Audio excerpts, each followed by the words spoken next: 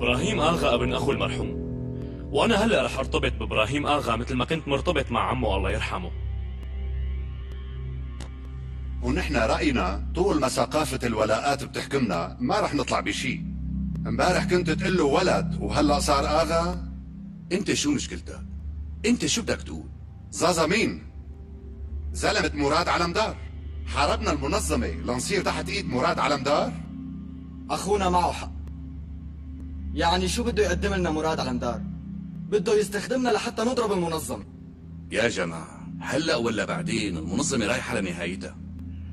نحن بدنا نرجع لأراضينا ونعيش مع كل الناس بحياة جديدة وحلوة، وإلا بصراحة رح تتحول حياتنا لجحيم. خلينا نتعاون مع المنظمة، بيضلوا هن أهلنا، وإذا تحالفنا معهم ما حدا بيقدر يصدنا. ليش شو عطتنا الدولة؟ هل كان خيمة بالمخيمات؟ حاجتنا بقى. للأسف الظروف عمت على عيونكم عن عمايل المنظمة. مين اللي قلعنا من أرضنا ومين اللي خلانا نجي لهون ونتبهدل؟ المنظمة هي اللي هجرتنا، وهي كمان اللي عم تفرقنا، وهلأ بدك يانا نتعامل معها ضد الدولة. لا، ما رح نرضى بهالشي. ليش العداء للمنظمة؟ هن أساسا من أهالينا، أولاد عمنا معهم. نحن إذا تعاوننا معهم ما عاد حدا بيقدر يتقوى علينا. لك انت شو عم تحكي؟ مين يلي قلعنا من اراضينا؟ مين يلي لهلا واقف معنا؟ هلا بدك ايانا نتعاون مع يلي هجرونا من اراضينا؟ ونوقف ضد الدولة يلي حمتنا؟ شو شربان شي اليوم ابن العم؟ هيك ما بتزبط. امشي نجدات، الهيئة رح يقصوا على بعض، خلينا نفوت قبل ما يصير شيء، يلا. أنت عميل للمخابرات، بدك تفرق بين شعبنا. لك انت شو عم تعمل؟ رجع سلاحك، شو جنيت انت؟ أصلا العميل هو أنت.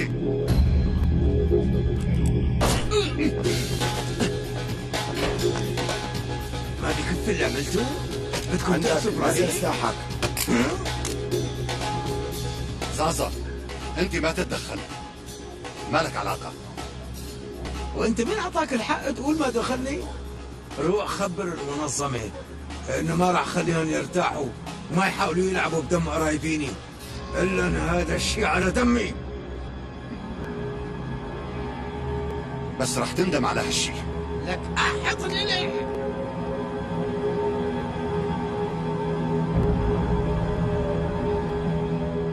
ابراهيم، كل مين من جماعة المنظمة جوات جماعتك بتقلع فورا، والقوي اللي انت ما بتقدر عليه خبرنا عنه. أمرك خالد.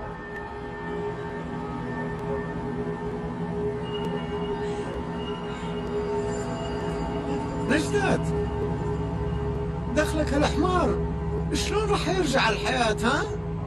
خالي هات إذا حمار وراح حمار، ما عاد يرتاح مرة تانية. معلمين، زازا تدخل فجأة والعملية ما زبطت.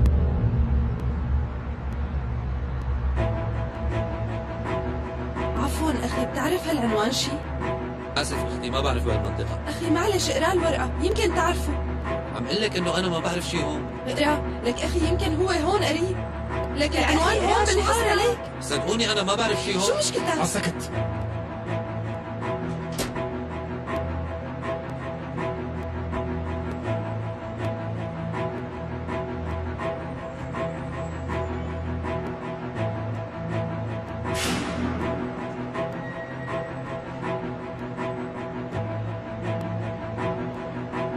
شو يا شباب ليش انقطعت الكهرباء؟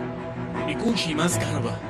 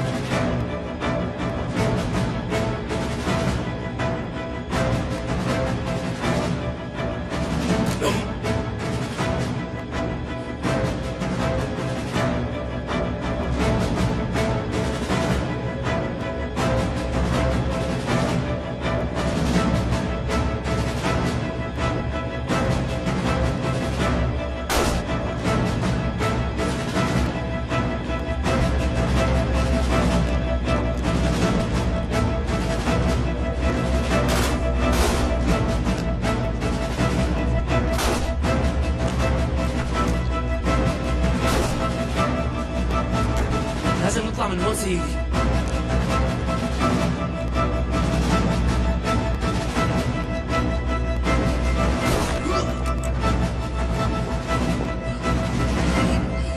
احكي وين رفقاتنا؟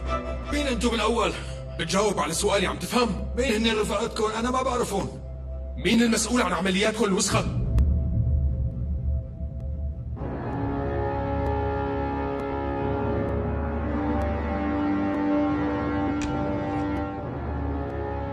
سيدي اتصلوا من الأمن مقتحمين مبنى العمليات السرية. تبعت فورا الشرطة المدنية تحاوط المبنى وما بيتدخلوا لحتى نحن نوصل. حاضر سيدي.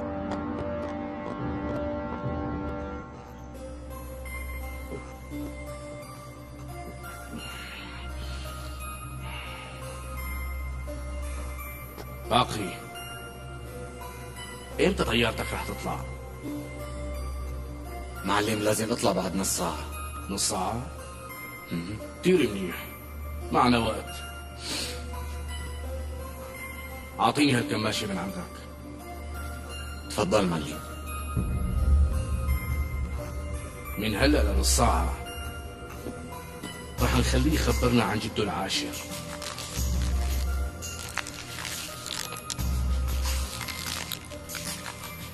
انتبه منيح، هلأ بس يبلش يدرغر ويغني مثل عصافير سجلوا رنة موبايل. كارا، هاي الطريقة ما بتنفع. هاي بتعملها مع أغرار المنظمة.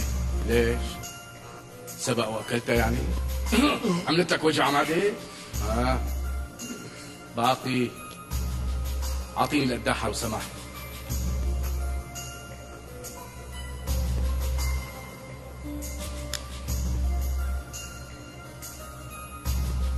بيقولوا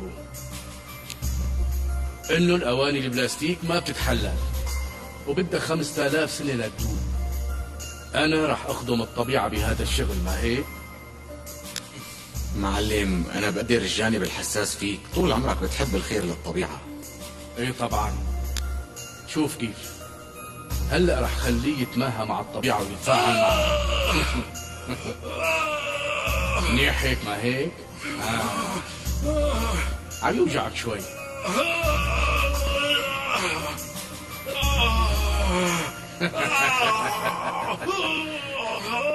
بدك تطول بالك.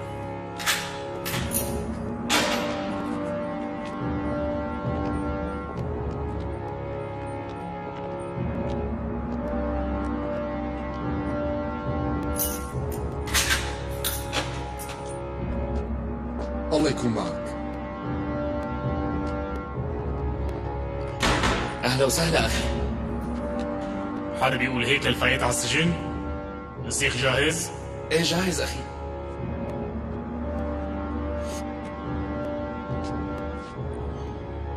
هون. بس اخي هذا مكان كتير خطير. ما تخليني كسر راسك. ضربني. بس يا معلم. ضربني.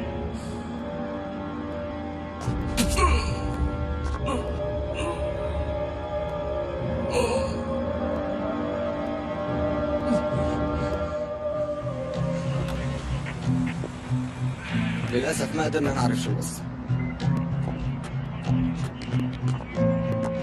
نحن ما عملنا شيء لبين ما تجوا. ايه كتير منيح، ما حدا رح يدخل غيرنا. سيد مراد نحن ما بنعرف قديش عددهم، لو نطلب دعم أحسن. انتوا اعملوا مثل ما قلت لكم. ماشي شباب، نحن رح نحمي هذا المكان، رح نستنى الأوامر من السيد مراد.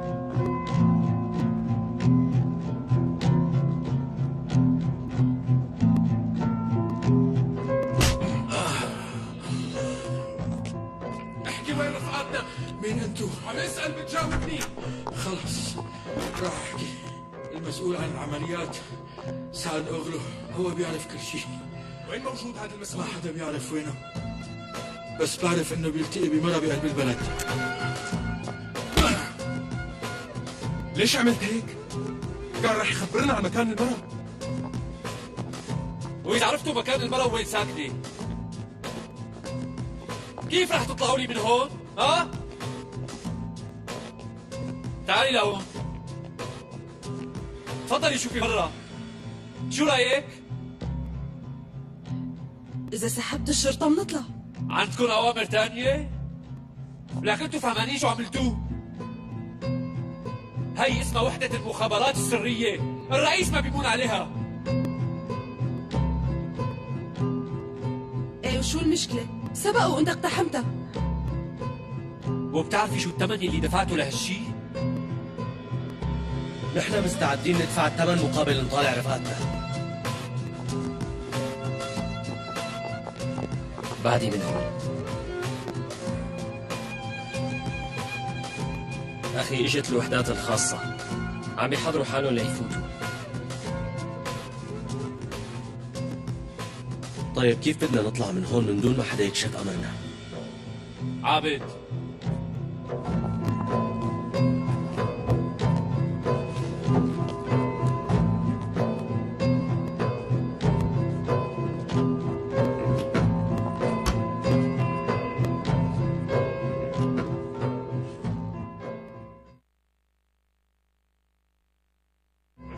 هدفنا انه ننقذ يلي جوا. انتوا رح تدخلوا من قدام وانتوا رح تدعموهم من ورا. يلا.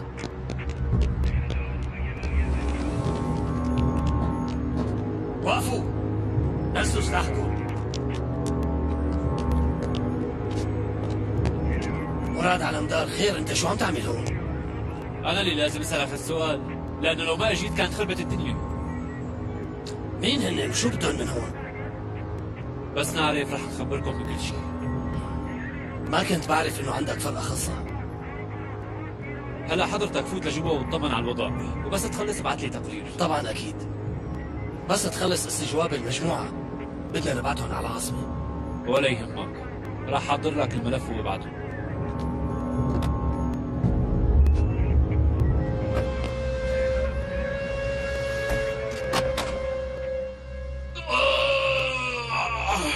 هيك منيح يا ولد. شوف شوف شوف شوف شوف ليك ما احلاه.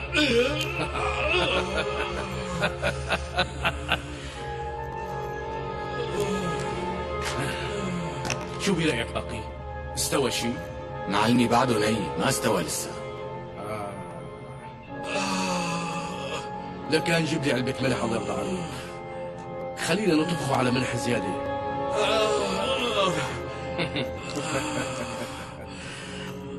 سكوب، حط حط حط. بس تعلم كيف بدنا نرش الملح فوقه. انتبه. حاج خلص. لا لسه بده. مبين انه الملح خلاه يستوي. كمان كمان كمان. وهون كمان الله يرضى عليك. اها اها اها. يحرقوا لا؟ بكفي راحتي. أركان. مين هذا أركان؟ متى زلمة متى أيمن. ناخذ الأوامر منه. باقي عم يحكي الحقيقة؟ ما تركت له فرصة تانية معلم. منيح. اتصل بجماعتنا لكان لنعرف وين موجود هذا الأركان.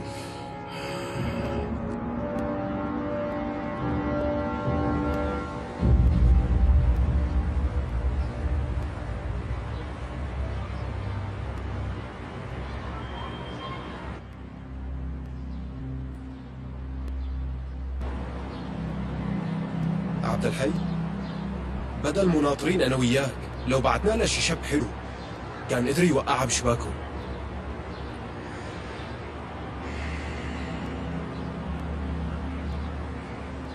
صار الوقت انه نتعلم نحن هالاشياء الناعمه. طيب روح وجرب حالك. يعني انت رح تفتح الطريق ونحن رح نتعلم منك. هالبنت ما ركبت معي، بلكي بتركب معك.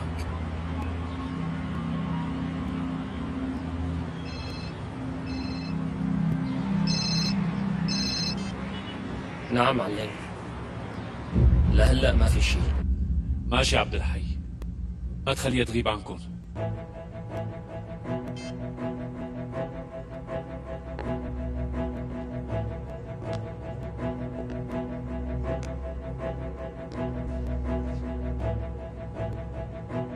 الثمن يلي عملتوه يا اما انتوا يلي رح تدفعوه يا اما عمران. انتوا قرروا. معلم أنا ما اشتغلت منيح، وأنا اللي لازم أدفع الثمن. مراد علمدار، نحن ما تدربنا على الفاضي. 8 أشخاص أكيد رح يتجاوزوا شخص واحد بكل سهولة. لو ما كان بدك يانا نروح كنت عملت تدابير أقوى. يلي عم تقولوا عنه انه شخص واحد قلعنا معه كل عصارات تركيا، حاربنا جيوش ارهابيين وما كان عندنا الفرصه انه نكون متدربين مثلكم. اذا قدرتوا انكم تتجاوزوا عمران فهذا لانكم اخليتوا بالامانه يلي اعطيناكم اياها. أخي حكيك مزبوط، بس أنا اللي غلطت. وقت شفت شاب عندي بالمكتب حسيت إنه رجعنا مثل أيام زمان مجموعة وحدة، وما كنت مفكر إنه رح يعملوا فيني هذا الفصل الناقص. هن شباب طيبين، بس كان لازم أفهم إنه رح يعملوا كل شيء من شان رفقاتهم. أخي عمران، أنا بعتذر.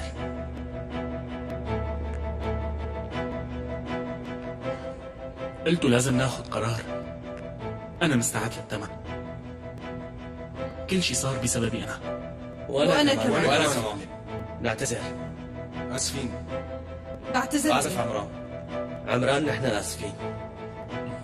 آسفين من يلي صار. ما قدرنا ننتقم مشان الشاب رفيقنا، ولا قدرنا نحرر من الحبس رفقاتنا. رح نفن الشهيد حسب الأصول، وما حنترك دمه يروح هدر. رح نشترك كلياتنا بالجنازة، وكمان ما حنترك رفقاتنا المخطوفين يعانوا من كل يلي صار. وانتوا أكيد لازم تسمعوا حكي معلمكم. ممنوع تتحركوا على أي مكان لحالكم قبل ما نقدر ناخد بطار رفيقكم، وما لازم تخالفوا كلام عمران أبداً.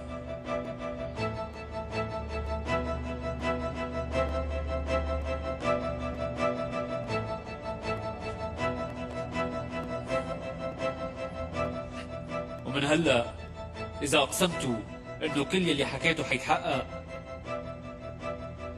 عمران ما حيدفع الثمن.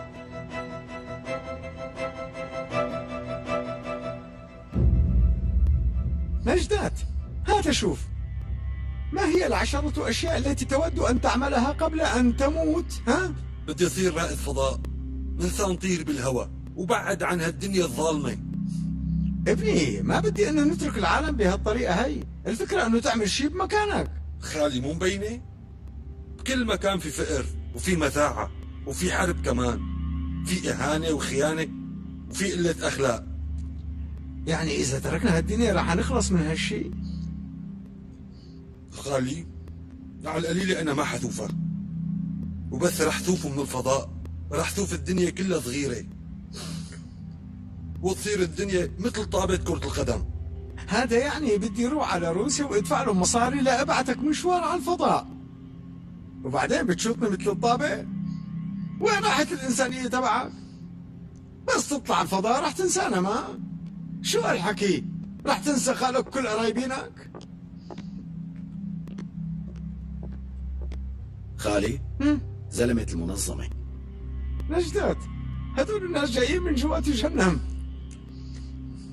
ليش لحتى ما ابعتهم هن على الفضاء مكانك؟ ها؟ خال شو أعمل؟ خليهم يفوتوا يلا.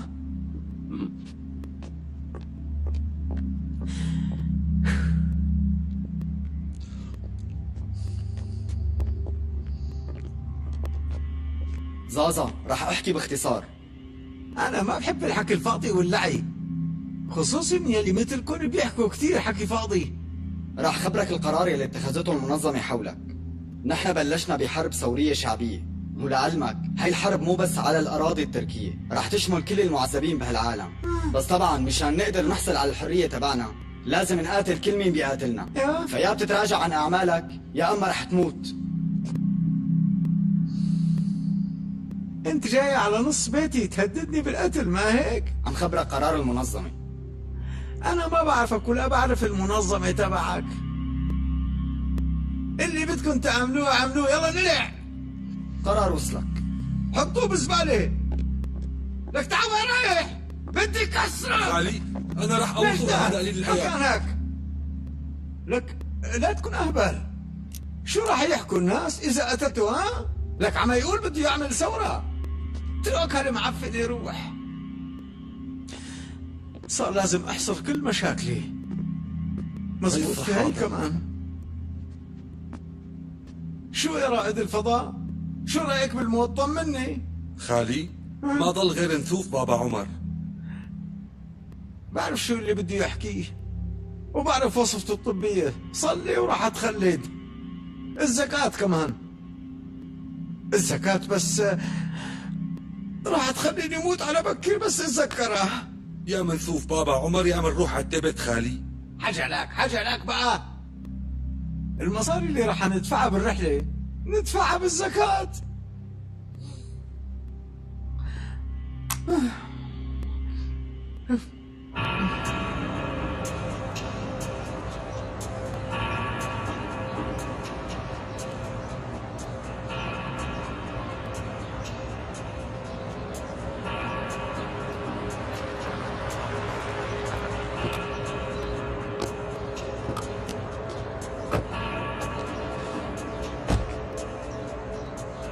نافذ، وين رجال الحماية؟ سيدي انتبه، يمكن يكون في حدا.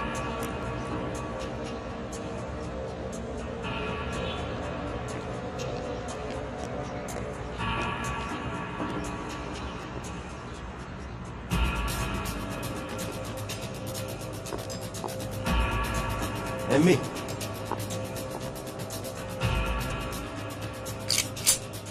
أمي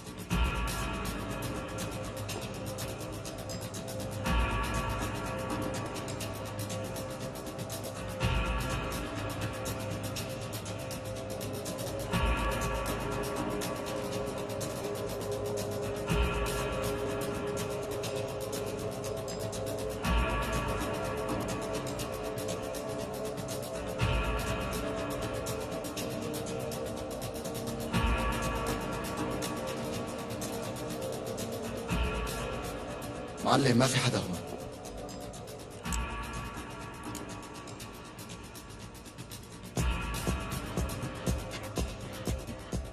إذا صار شي لأمي بدي يشرب من دمك يا مت الندل.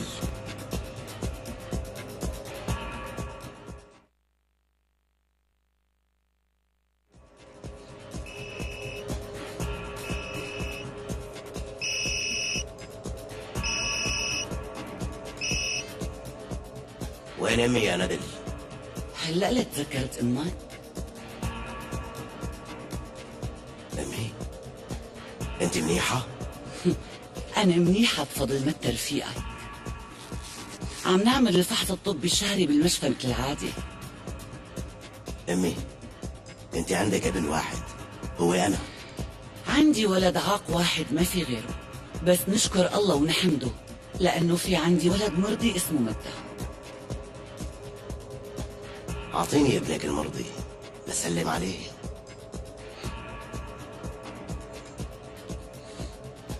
شريك لا تخاف، ما في شي بيخوف. كل شي هون تحت السيطرة.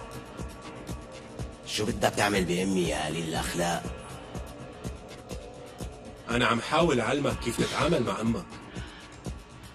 وما بخبي عليك، عم تشتكي منك كتير. بدها إياك تقاعد، تتجوز ويصير عندك أولاد وتربيهم.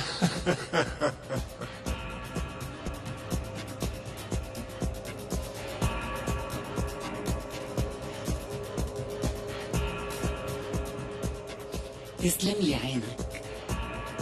هو ما بيسمع لي، بلكي بيسمع منك وبيعقل شوي وبيدور على مرة ليتجوزها.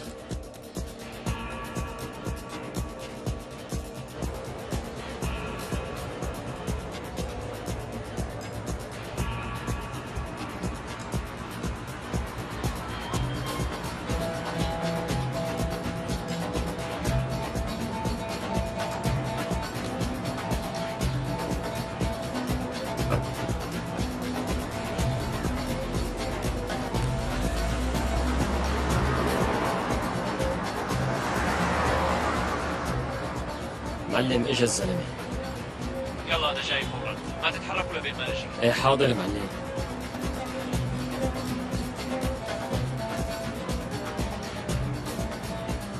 تالي شغلتنا صعبة وغير هيك. ايه معلم، شو لازم ظبط عم بيقولوا انه بده يسافر. مزبوط. نشوف شو رح يصير. ايه والله بنشوف.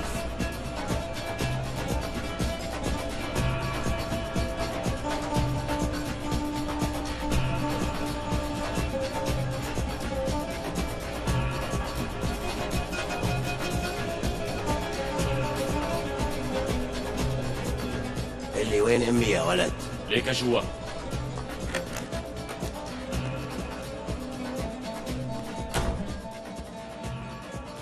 امي؟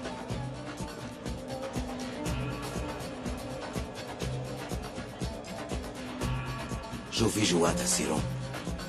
شي بينيمها وما بيخليها ابدا تفيق من النوم. احكي شو بدك. عزيزي اتصل بمدام نسرين. بدك تعتذر على قلة أدبك مع الست نسرين.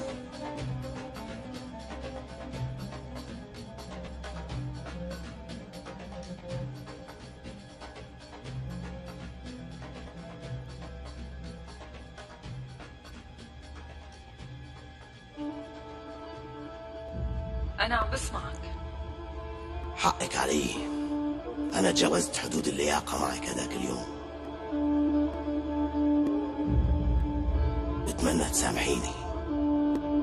بس بشرط، أول شي بتجيب كل شي صورتوه بالكاميرات عني وبعدين بسامحك. نافذ.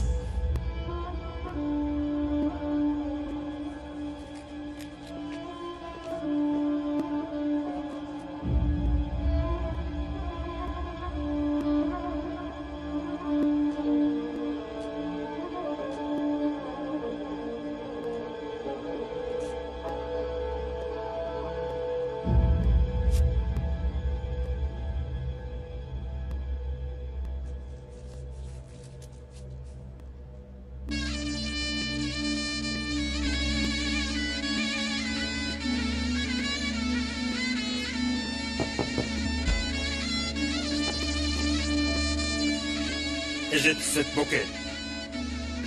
مين ست بوكيت؟ صاحبة متى. ايه؟ ما بعرف معلم، قال بدها تشوفك. ما فينا نقلعها. خليها تفوت.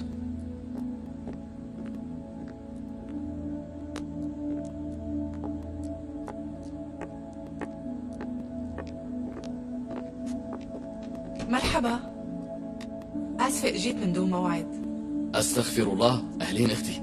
شو اختك؟ ما بحب هذا الحكي ابدا. ليش اختك؟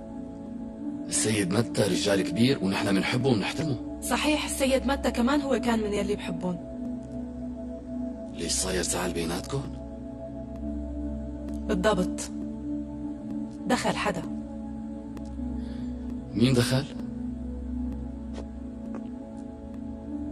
انت دخلت. عفوا ما فهمت. رح فهمك.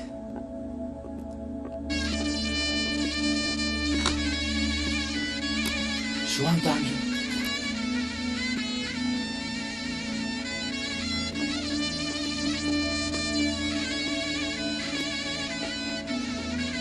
ما بصير هالشي.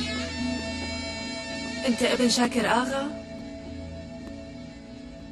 ولا امك جايبتك من غير رجال؟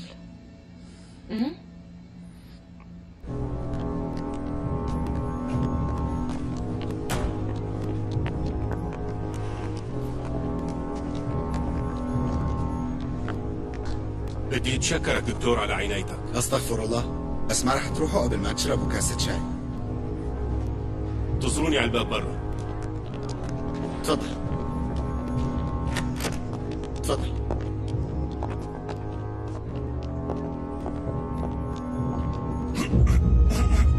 شو عم يصير؟ اتركوني يا كلاب.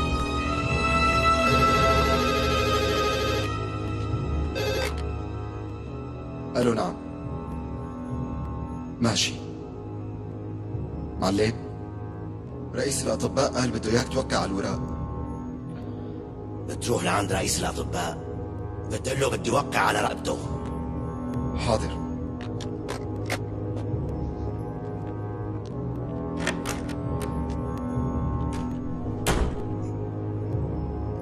أمي بتعرفي على شو تنازلت كرمالك؟ لو تعرفي.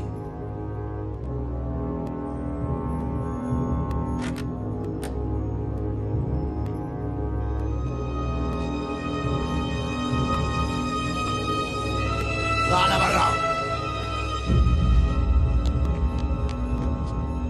شو عم بيصير؟ شو عم بيصير؟ شو عم بيصير؟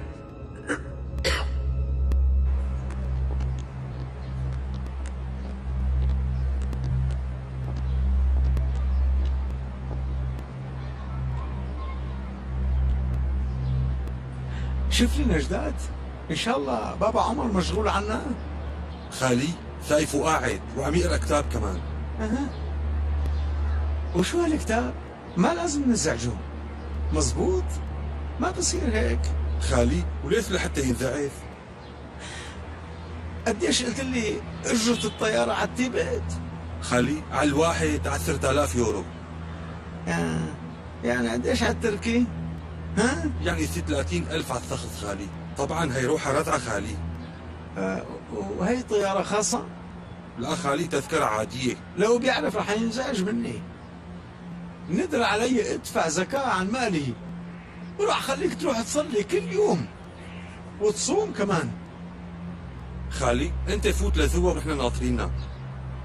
ثم ما حكى ما رح نسمع فيك خالي. وين ما بروح بتكونوا معي ها؟ انت خليك برا. السلام عليكم. وعليكم السلام. ما عم نزعجك، ما هيك؟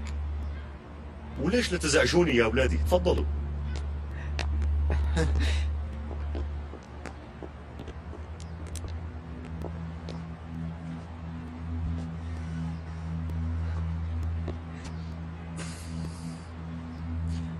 بصراحة في عندي شوية أسئلة، وهاي الأسئلة أخذت لي كل عقلي.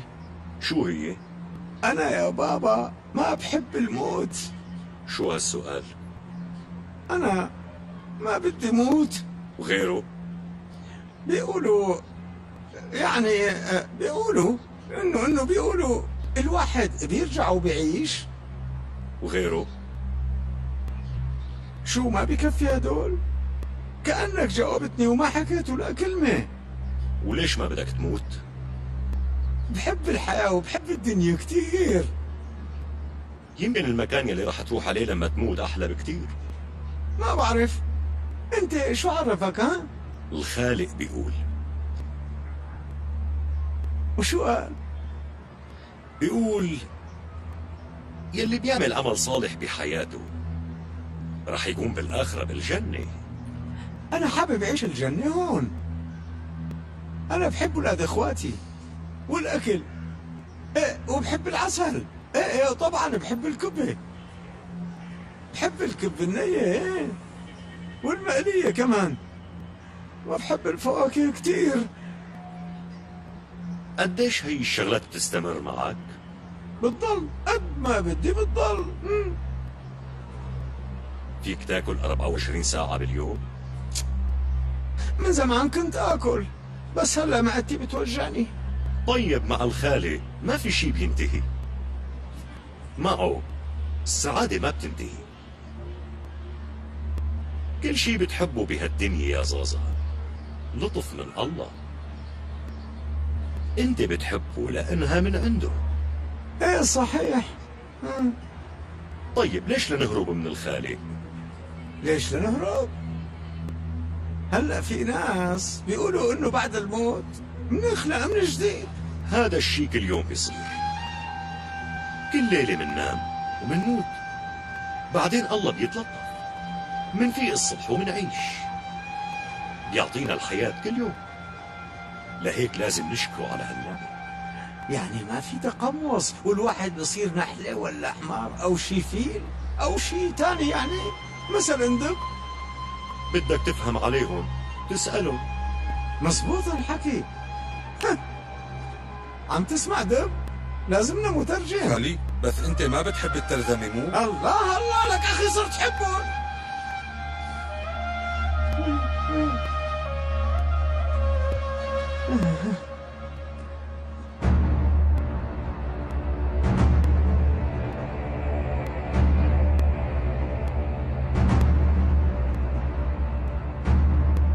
انت مفكر حالك انك رح تنفذ من هالعملة؟ هي آخر غلطة بتعملها بحياتك. شو خايف انك تورجيني وشك؟ قيمة قناع راسي يا حقير. عم تتمسخر علي يا وقح.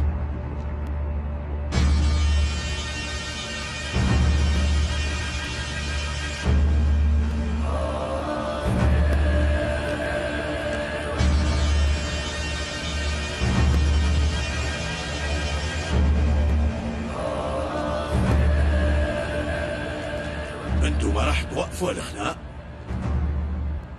ما حاجتكم خناق بقى مثل القطة والكلب؟ مين حضرتك انت؟ ليش اخذينا؟ نحن يلي امنا بقاء هالأمة العظيمة 2000 سنة على وجه الأرض.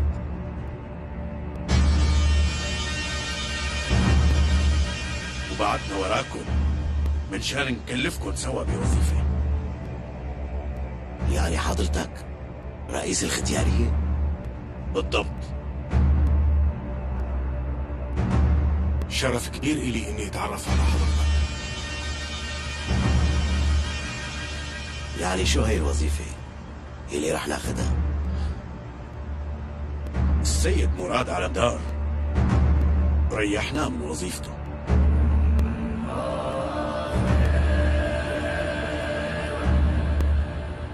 ومن هلا ورايح راح تاخدوا وظيفته انتو، وانتو الاثنين راح تشتغلوا مع بعض وراح تديروا سوا تشكيلات الامن القومي.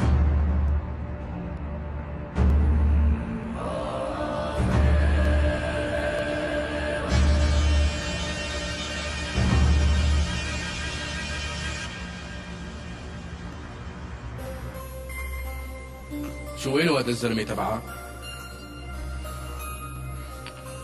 على الطريق معلم، هلا بيجي.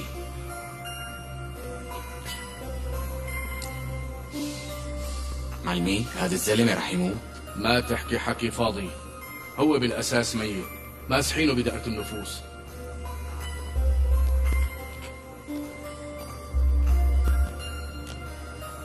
شو ما قدرت تاخذ اذن من معلمتك وخليتنا ننتظر 5 ساعات؟ هلا عرفت. وينه هلا؟ ضربوه سيخ بالسجن ونقلوه على المستشفى. بدنا نروح لكان ناخذ افادته بالمستشفى.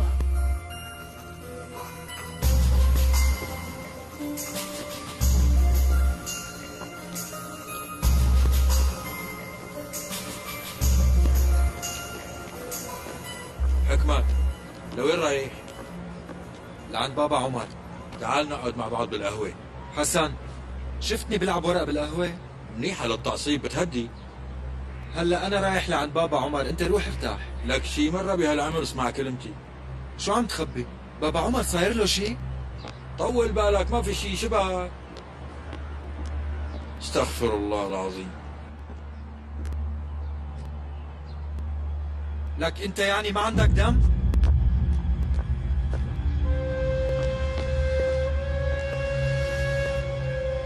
يا مجرم، ما بتخجل من حالك؟